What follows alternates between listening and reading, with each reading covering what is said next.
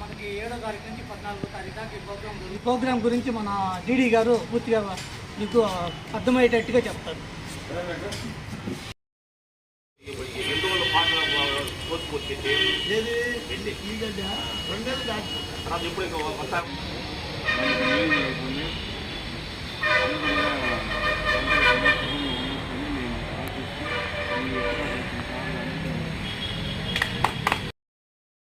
నా పేరు doctor K Ramesh Naik అండి.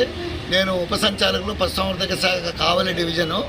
ఈరోజు 24-25వ సంవత్సరంకి సంవత్సరంను ఉద్దేశించి పశుగ్రాస వారోత్సవాలు అనే కార్యక్రమము ప్రతి సంవత్సరము 7 నుంచి 14 వరకు జరుగుతుంది.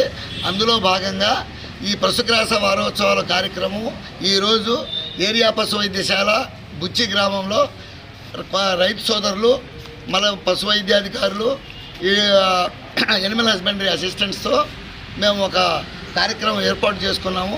ప్రారంభోత్సవ కార్యక్రమం అండి ఇవాళ పశుగ్రాస వారోత్సవాలు. ఇందుట్లో ముఖ్యంగా ఏ వెరైటీ అయితే ఫాడర్ సీడ్ వేసుకుంటే రైతుకు లాభదాయకంగా ఉంటుందో అది తెలియజేయటం జరిగింది.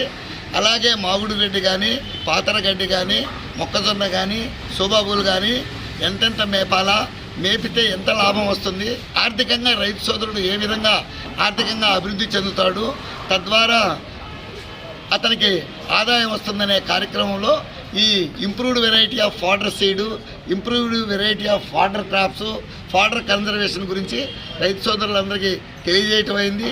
ఈ కార్యక్రమం యొక్క ముఖ్య ఉద్దేశం ఏంటంటే గర్భకోశ వ్యాధులు మంచి ఫాడర్స్ ఇస్తే గర్భకోశ వ్యాధులు గేదెల్లో తగ్గిపోతాయి.